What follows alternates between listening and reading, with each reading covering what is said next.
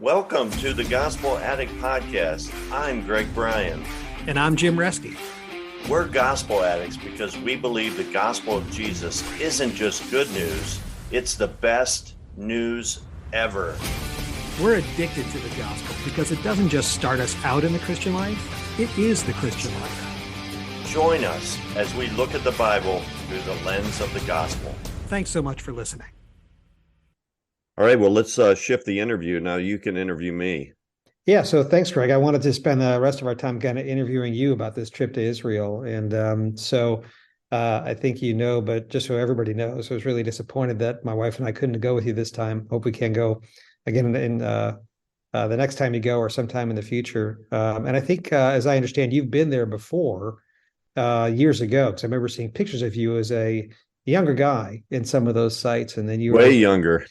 And yeah, right. You have very different hairstyle, and you were out there, but you had gone before with other people leading the trip, and then this was your chance to lead the trip. Maybe you could spend just a second on that, and before I get to your day-by-day itinerary, I want to ask you about everything. But how did it come about that you actually got a chance to lead this kind of trip? Well, this was my third trip to Israel. The first one, as you mentioned, happened when I was in my mid-20s.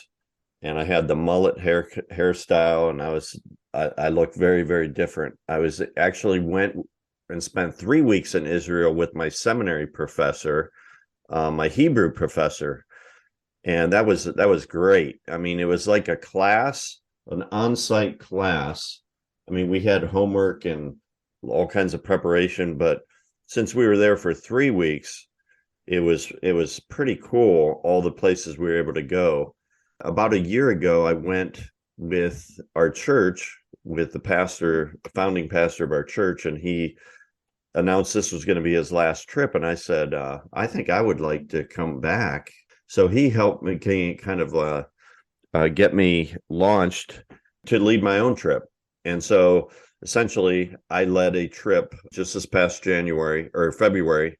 We started end of the very last day of January, of 14 people to the Holy Land, and it was amazing. I mean, Jim, it's really hard for me to describe how it just makes the Bible come alive when you go to Israel and you get to go to all these places. And even though I'd gone on almost, you could say, the exact same trip I went the year before, I was so excited to go back. And even after experiencing, and now I'm even more excited to go back again. Really? Yeah. I mean, it's just there's something about it that is really special, and it was a unique experience this year because, like you said, I was kind of leading some devotionals at the various sites. That's a real privilege to do that, but it's just an amazing experience. So this was like a 10-day trip, essentially 8 days in the country. And we stayed at 3 different hotels. The first hotel, we only stay for one night because we're kind of on our way up to Galilee. We fly into Tel Aviv and we want to get up to Galilee. So we go just a little bit, part of the way. And along the way on day one, we stop at Jaffa, which is, that's the name of the city today, but it actually, in the Bible, it's the town of Joppa. And are you familiar have you heard that name, Joppa, before? Joppa is the one that's associated with Jonah? Jonah, yeah. That's the seaport that he goes to when he's like running away from the Lord. So we actually go to that seaport, and it's the coolest thing. I mean, here you're walking around, and I mean, somewhat of a modern, it's not really, it's hard to describe. It's stone buildings, which are very, very old, but yet it's a very modern, city. Cars are driving all around. We were at this ancient seaport called Joppa, which is the place where Jonah boarded a ship to try to run away from the Lord. So at one point I read part of Jonah chapter 1 to the group, and then we just kind of discussed what it's like to think that here we are in the very place that the Bible talks about. And by the way, I should put this in context, because one of the reasons I wanted to go to Israel even like over 30 years ago was because I had an English professor in college who did not like Christians, and she took advantage several times during the semester I had her, just slamming the Bible, just basically making comments that it was made up, that it's fictional, none of it's true. And so that made an impression on me. It didn't shake my faith, but it made me want to go to Israel for that first time. Really? And really? I think even to this day, like, it's one of the reasons I'm excited to go back and to take people. The thing for me now is, like, I'm also sad that you weren't able to go. I want to take my friends there, because it's just it's a hard to explain experience. It just changes the way you read the Bible forever. Greg, I want to go through some of these cities and their towns, like almost play by play with you. We'll take some time to kind of explore that in the spiritual lessons, but just in what you're saying right now, the way that teacher was saying it's all just fairy tales and made up.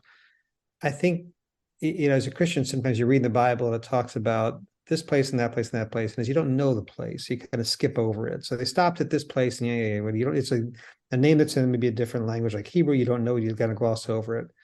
But I remember, like, in the study that you and I are in, looking at things like, for example, in the book of Acts, by the way, it's so geographical, and so much of the Bible is so anchored in real geography. So if you look at, like, Paul's journeys, he'll say, I went to this place and that place. Then the boat put in at this place. We stopped at the harbor, that place. And they're all real places. Yes. It's not just like, and I think I think of it sometimes, maybe I'm still guilty of this, Greg. I still read it like a kid's fairy tale book. Like it's, Jesus born in a manger in Bethlehem in a far, far place in a galaxy far, far away. Like, you read it as it's not a real town in a real place. And then you also think that those places don't exist anymore, or you can't, they've been long destroyed, and some of them have. But Joppa, I mean, that is, Jonah is like thousands of years old.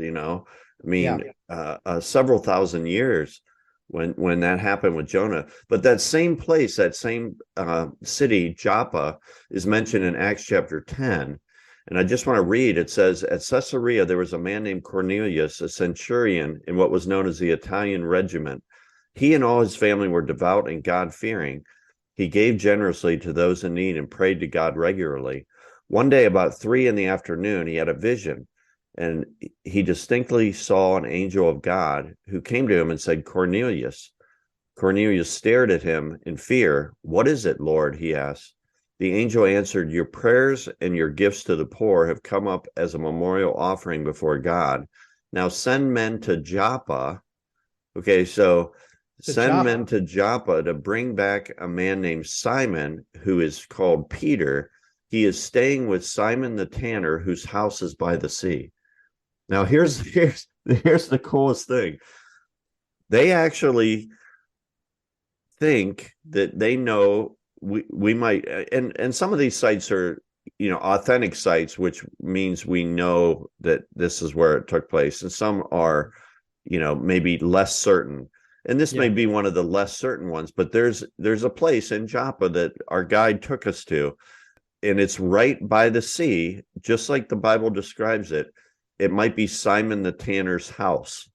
And this is the same house that Peter was staying at, who this angel told Cornelius in the town of Caesarea to send for him. We're literally standing outside the door of this house. And because it's for hundreds and hundreds and hundreds of years has been identified as Simon the tanner's house, it actually says Simon the tanner on top of it. Okay.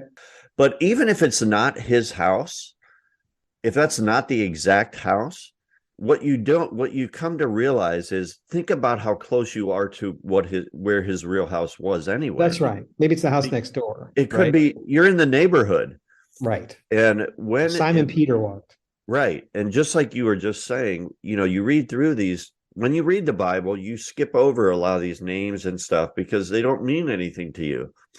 But if you go to Joppa, and you go to Simon the tanner's house, you'll never read Acts chapter 10 the same way, because, Yeah. and plus you can picture it. You can actually picture how his house was right on the sea, because you can see the sea behind it and hear the waves. And you can think about him being a tanner, so he worked with unclean animals. And then you start picturing, like, okay, so Peter was already, he was staying with a guy that was dealing with unclean animals. So the gospel was already working in his life, because some of the biases he grew up with, he was setting aside because of the impact Jesus had on him. Wow, never thought of that.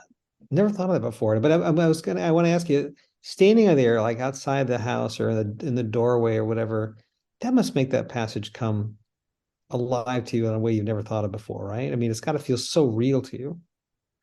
It does. I mean, it just makes you so excited. Like, I can't wait to go back there, and I hope I get the opportunity to go there with you and say, look, where it's, I mean, I can remember this year when I read that passage, like, I mean, inside my heart, I was jumping up and down. I don't think I was literally jumping up and down, but I was like, we're in Joppa. We're in Joppa. Soak it in. Like, you're actually in Joppa right now, real close to where this took place. So you can start envisioning, and this is what I love about the Bible, is there's so much, it's so historically accurate. It's unbelievable. Yeah. So I'm going to jump ahead and tell you that before you do, I just, because we were talking about the book before, and it's talking about people that made the shift and didn't make the shift, and writing about, they're seeing the Bible in a whole new light because this the illustration. I just was polishing off a chapter on Jonah, and write about how he actually never did make the shift to see, because I don't want to go back into detail about now in great detail, but I just was meditating, writing about the book of Jonah not too long ago, this week, and I can imagine having, if you're there at Joppa, how much more that would just come alive to you, because it feels so real when your feet have actually walked or their feet walked.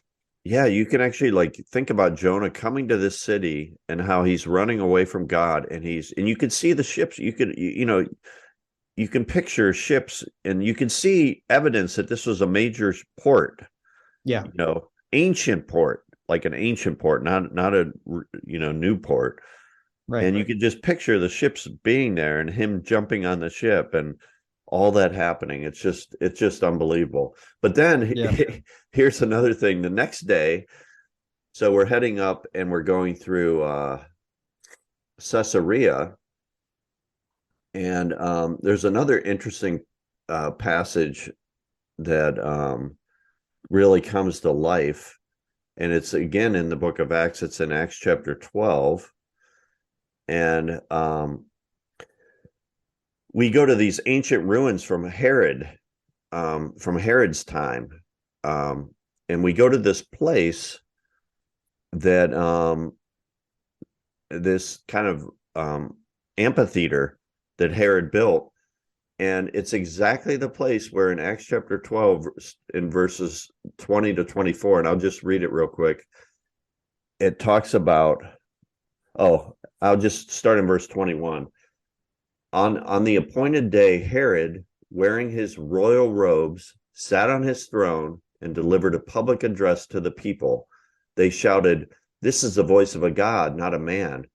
Immediately, because Herod did not give praise to God, an angel of the Lord struck him down, and he was eaten by worms and died. Now, I mean, that's a kind of obscure passage, but the cool thing about it is we actually know where that took place, and we actually go to the auditorium, and we know the spot where Herod probably was when all this, and you can just picture, hundreds of people around him shouting this, that he's, a god. And you get to see this, his architecture is just amazing. I mean, he was extravagant buildings, and we see the ruins of those buildings, but this amphitheater is intact. I mean, you actually walk and you can sit in it, and you can see the spot, the very spot where this event took place. Wow. Hey, Greg, were a lot of the ruins like intact like that? Like you're describing an amphitheater where you actually sit in the seats. or were some of them just some, hard to understand, hard to say? Some rocks, you say, yeah, that's supposed to be the house of somebody you can't really picture, where a lot of them really like in pretty good shape or pretty, fully formed, like an amphitheater that you could very Well, I think one easily of the cool things about this experience, and specifically this trip that we take people on, is that it's varied. Like you can see sort of what you're talking about, where they're just now like uncovering stuff, like and a they're trying current, to like figure out. recent dig. Yeah, like Magdala, for example, the town of Mary. Actually, Mary Magdala, is her last name is not necessarily Magdala. She's Mary of Magdala. She Oh, was from the really? town of Amazing. Magdala. Yeah, she was from the town of Magdala. There's a whole town that they discovered because they were building a hotel, and then they found a synagogue there, and it's probably a synagogue that Jesus taught in. When we go to that site, I read the passage in Luke chapter 8, where it talked about how these women were following Jesus and supporting him with out of their own means. And there's some wealthy women listed there, but Mary of Magdala is mentioned. Mary Magdalene is mentioned as one of those women who he cast out 7 demons. Right. And so again, that is like, they just recently discovered that. It is just amazing. And you can just, that Jesus was there in that town. Another interesting place that we went to, and I'm going to jump, there's so many. Well, don't skip Nazareth. Did you go to Nazareth? We did go to Nazareth. Did you go to Nazareth? Is supposed to be the precipice where they're going to throw Jesus off, and he goes back to preach there to his hometown. And at first they like him a lot, then they get really angry with him because he starts talking about their sin. They're going to throw him off a cliff. Yes. Did you see that part? Did you? Yeah, we saw that from a distance, but the cool thing about Nazareth is just that you get a feel for what a small town Nazareth was, and how, if you remember the conversation in John chapter 1 between Philip and Nathanael, Yeah. It says the next day Jesus decided to leave for Galilee. Finding Philip, he said, "Follow me." Philip, like Andrew and Peter, was from the town of Bethsaida. Philip found Nathanael and told him, "Hey, we found the one Moses wrote about in the law and about whom the prophets wrote, Jesus of Nazareth, the son of Joseph." And then you remember what Nathanael says, "Nazareth." That's right. Right. "And anything good come from there?" Nathanael asks. "Come and see." Well, part of the reason he said that is because Nazareth was such a small town, and it still is kind of a small town. And so you really get a feel for, like, yeah, it was just, he was from this, like, he grew up in this kind of tiny town, and that nobody, but then listen to this. It says, when Jesus saw Nathanael approaching, he said to him, "Here is truly an Israelite in whom there is no deceit." "Well, how do you know me?" Nathanael asked. Jesus said, "I saw you while you were sitting under the fig tree before Philip called you." Have you ever wondered what that meant when he said, "I saw you under the fig tree"? What was happening when he said, what was he doing under the fig tree? Right. And there's lots of interpretations of that, or speculation. First of all, fig trees, you see them all over Israel. And so, again, the language of the Bible, like we read it, I don't have any fig trees in my yard. Do you have any in your yard? No. Probably not. But you can see these fig trees are just around, But the phrase, "I saw you under a fig tree," it turns out is like an idiom that meant, it's an idiom of a person who is studying the messianic passages about the Messiah. Really? Yeah. So that's why he has such a dramatic. So one of the guys who went on the trip with me is a doctor from Youngstown, and when I read this passage, he brought that up, and the tour guide, she had never heard that, but then we did some research, and it turns out that it was kind of a common idiom of a person that was studying specifically the passages in the Jewish Bible about the Messiah. Interesting. A little bit like the Ethiopian eunuch was doing when he was going in the book of Acts, another passage. Right. right? We trying desperately to find the Messiah, understand the Messiah. I'm sure it was common, people searching like crazy to find out, understand the Messiah, when he was coming and That's signs of what, it coming. right. So that's why in the next verse, Nathaniel says, he declares, Rabbi, you are the Son of God. You are the King of Israel. Yeah, That's why right. he went from saying, Nazareth, how can anything good come from there? Yeah, To saying, you are the Son of God. right. You know, so why was the response so dramatic? It was because when Jesus said that to him, I always thought that like he was sitting under the fig tree and like, I don't know what he was doing under the fig tree, but it was like Jesus said, I see, I saw you, I saw what you did there, I saw what Yeah, like you're doing something wrong there, and I saw right. everything you did. Right, like I But caught you in that it turns out he was, he basically, Jesus is saying, I know you've been studying the scriptures about the Messiah, Yeah. and I see you doing that, and Wow. that's why I'm calling you to follow me, you Wow. know. So, and then, Jesus says, you believe because I said I saw you under the fig tree, you will see greater things than that. Very truly, you will see heaven open and the angels of God ascending and descending on the Son of Man. That's right. Which recently I brought that up when I was talking about Jacob and how Jacob saw a stairway that started from heaven and came to earth. The idea that we can't build a ladder up to God, but God has to come down to us. But here Jesus expounds on that and says, I am the ladder. That's right. I am the The way bridge, to right? God. The connection, the bridge between heaven and earth, right? Yeah, he's the only way. Yeah. So that was Nazareth. Okay, that's great. That's great. I'm glad to hear your thoughts on Nazareth. I do remember we were studying it together, looking at how people in Judea, like, let me see if I get this right, or around Jerusalem, they looked down their nose at people in Galilee, like a little bit farther north. But the Galileans themselves needed someone to look for them to look down their nose at, and that was Nazareth.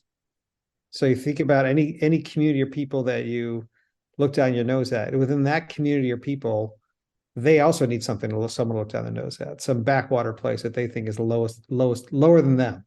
Yeah, and by And the that was way, when he's referred to as Jesus of Nazareth, the other thing to remember is that was actually they were actually intentionally trying to discount him because he wasn't wow. Jesus from Nazareth. He was Jesus from Bethlehem. Right. He was He born in was Bethlehem. Jesus from Bethlehem. Why didn't they call him Jesus from Bethlehem? Suburban Because suburban Jerusalem. that would put him in line. That would connect him to those messianic passages that the Right. Savior is going to come out of Bethlehem. So they Right. intentionally called him Jesus of Nazareth as a way to be like, this guy's not, he's nothing special. He's from Nazareth. Well, and one of them says, search the scriptures, no prophet comes out of Galilee, right? I mean, they're Right. it's part of the biblical narrative that puts the look down their nose at the Galileans. Right. But he was right. He wasn't from Nazareth. He was from Bethlehem, suburban Jerusalem, right? So higher status than Nazareth, but fulfilling the biblical prophecies, even more importantly, that the Messiah is going to come from Bethlehem. Yeah. Wow. Okay. So that's all really great stuff, Greg. I'm what, day 2 or 3, I think. I know. So About the Sea of Galilee, what was that like? I mean, I've seen that's pictures. It seems a bigger sea than. Oh yeah, that's seems one of bigger my than I favorite. thought it would be. That's one of my favorite places. I mean, like I'm excited to. It's just I don't know. It's such a special place because of all that took place there.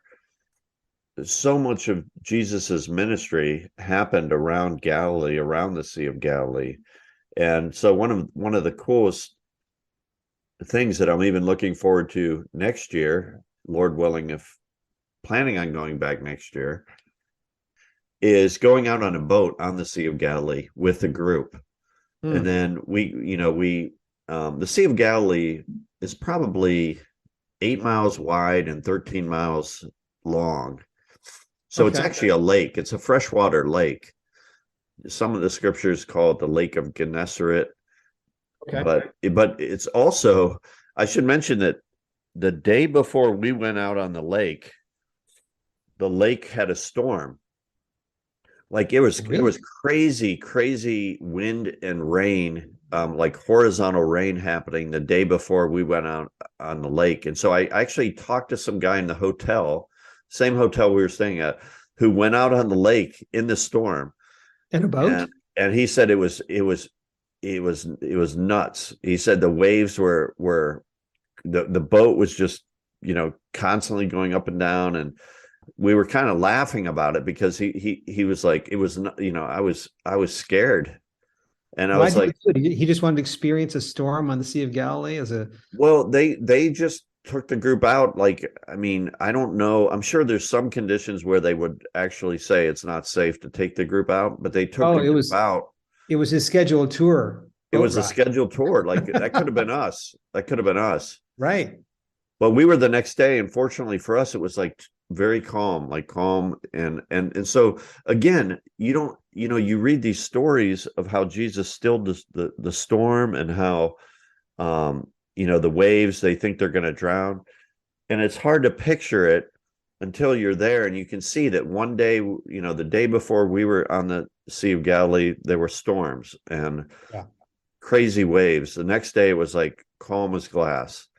Wow. And but one of my favorite things to do on that is to read the passage where Jesus is walking on the water, and then Peter's in the boat, and Peter says, "Hey, if it's you, tell me to come out on the water." And so Peter starts walking on the water, and so I shared like 7 lessons from Peter walking on the water.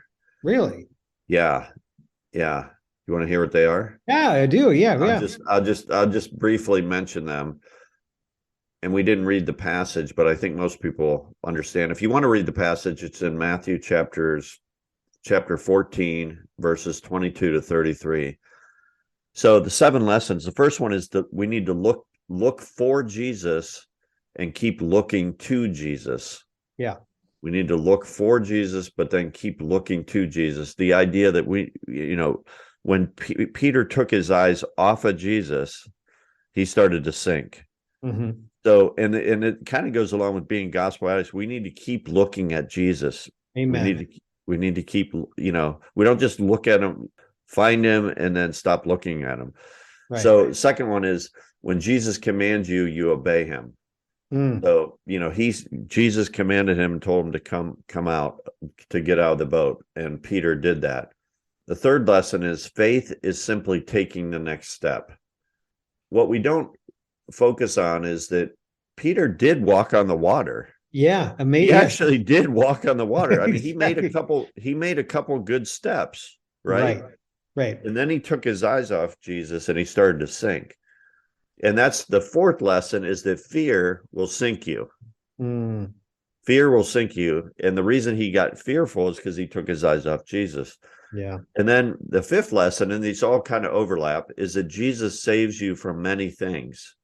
And I think that if you and I reflect on our Christian life, we will say that Jesus saved us from many things. And so in that story, let's assume that at this point, Peter is a follower of Jesus, and he has salvation. Jesus reached down when he was sinking. Jesus saved him again. Yeah. He saved him physically, from drowning, but he also saves him spiritually. Right. So I think that the lesson there is that how we need to take time to reflect on all the different ways Jesus has saved us. I mean, you could say, maybe you almost got married to another girl, and that girl would have just ruined your life. Absolutely. Right. And so you could be like, Jesus saved me from that. Yeah. Actually, it's funny because Tim Keller talks about that sometimes as that exact circumstance. Yeah. But you get all kinds of ways. You're right, Greg. All kinds of ways that Jesus is saving you. Even though you're saved, you're eternally, but he's saving you from all kinds of things. And praise the Lord, he saves all of us from really bad, horrific decisions we might otherwise make. So, right. And so then the sixth lesson is that a little faith is better than no faith. We struggle with well, I don't have enough faith to do that. Well, you don't have to have a lot of faith. You just have to have a little faith. Yeah. And then the final lesson is that you can choose to worry or worship. And at the end of that passage, Peter worships him. You can worry about the waves and all your surroundings, all the things happening around you, or you can just worship God. So anyway, sharing, a devotional like that on the Sea of Galilee is an incredible experience. I mean, it's just hard to describe, It's just, we're out there all by ourselves. It just makes the Bible come alive. So that's one of my highlights. Yeah, that's got to be incredible, both for you as a leader of the kind of study and for people like listening and meditating on those passages and thinking about it being right there where all these things actually happen. Yes. Yeah. So there's so much. I mean, we visited so many different places. Another highlight for me was going to the Jordan River and baptizing people in the Jordan River. Tell me about that. You started telling me about that, but how did that come about? What happened there? We asked my group if anybody wants to be baptized, like maybe a renewal of your baptism vows. And it turned out that 4 people from my group wanted to be baptized, and 2 of them had never been baptized before. Oh, wow. Yeah, a couple from our church actually. Wow. Had never been baptized before. So it was a great honor. Again, if you're going to get baptized for the first time, what an amazing place to get baptized. But in the Jordan River. Yeah. So they have a place that pilgrims go, and they have it all set up for us, for these baptisms. We did like a little worship service beforehand. We sang Amazing Grace. I read the passage where Jesus was baptized by John. And if you remember, like John's like, kind of like, I don't want, why, you should baptize me. I shouldn't baptize you. But then Jesus says, no, you need to do it to fulfill all righteousness. And so I shared a devotional about that, like, 4 reasons why Jesus was baptized by John. And so I talked about how, it was an affirmation of John's ministry for Jesus to be baptized by him. It also signaled the start of Jesus's own ministry. That's right. But then the biggest reason is that to identify with sinners. And so I really kind of emphasize that point, that baptism is a picture of our salvation, dying, death, and resurrection. Yeah. So anyway, at the end of that experience, and that was a great experience, climbing out, I was walking up the steps to go change because I'm like soaking wet, obviously. And this couple comes up to me, and they're like strangers, and they say, hey, do you know a pastor? And I was like, well, I'm a pastor. And they're like, well, would you baptize us? I look around, I'm like, sure, why not?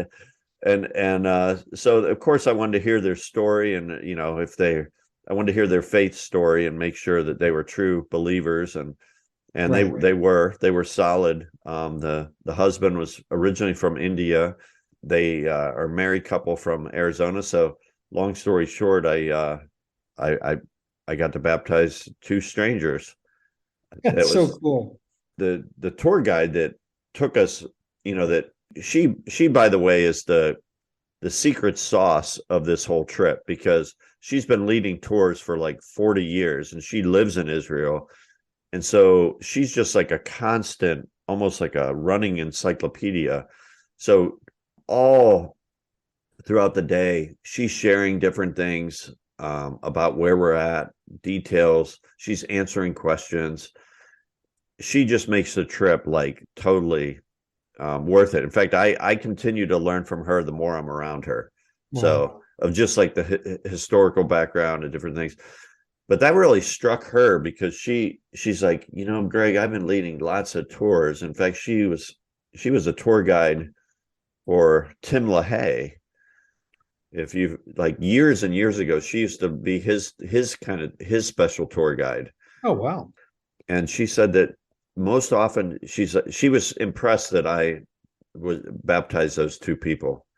And I was like, why wouldn't I do that? Like, but I can understand people that lead bigger groups. There's logistical reasons why they wouldn't have time to do it, or, Yeah.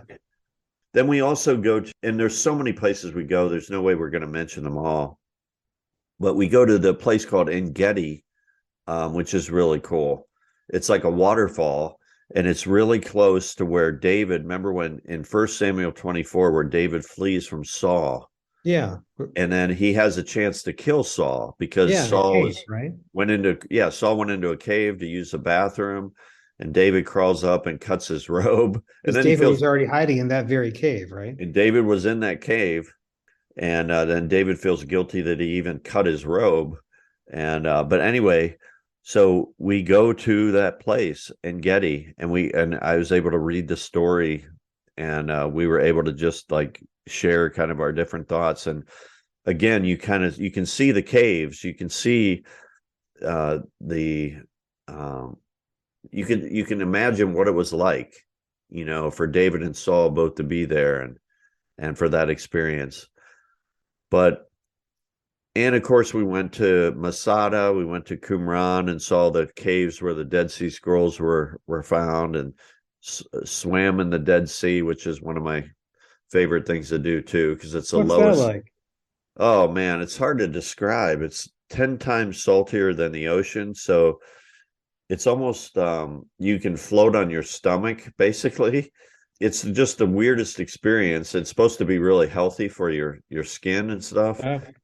I love it every time. I'm almost like running down to the beach to get in there and make the most. I was getting nervous that day actually, because our time was getting shorter and shorter, and I was like, oh man, if we don't, I'm going to be so disappointed if we don't get that chance to go down there. And I hope you get to experience it. But it's the lowest place on earth, and it's the saltiest body of water on earth. And I want to be sensitive to our time here, Jim. I want to hear one more thing. I want to hear about the Mount of Olives.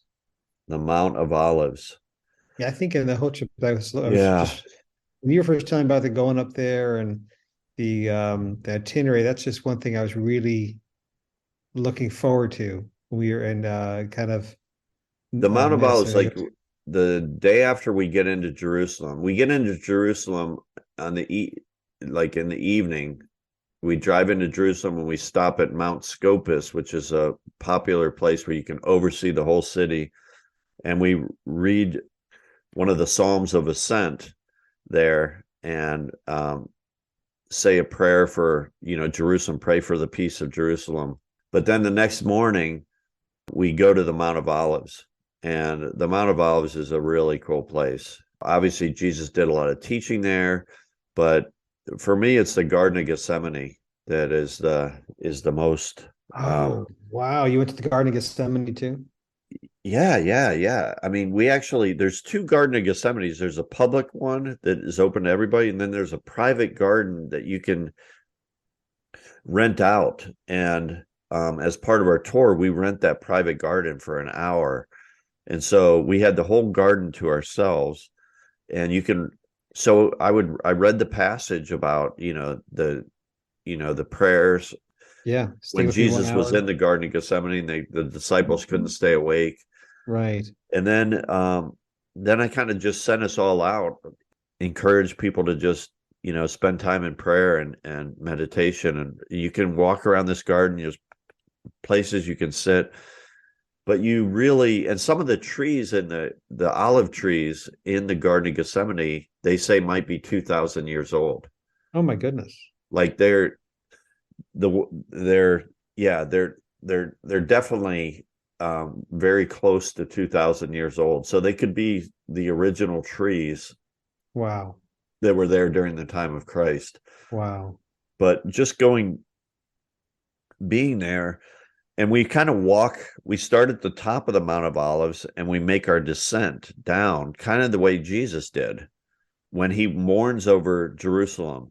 I don't know if you remember that passage. I do. He does that from the Mount of Olives? That's the triumphal entry. He does that from the Mount of Olives. So we kind of walk that path, and it takes us down to the Garden of Gethsemane. And I mean, it's just definitely one of the highlights. And then the whole trip kind of caps off with going to the Garden Tomb, which Oh, could be the actual tomb that Jesus was buried in. And it's real close to Golgotha, where Jesus was crucified. And there's two potential locations where that happened, and we get to see both of them. One of them, the church is built over it, called the Church of the Holy Sepulchre. Another one is literally a bus stop, which I think is the more likely location, and it's real close to this Garden Tomb.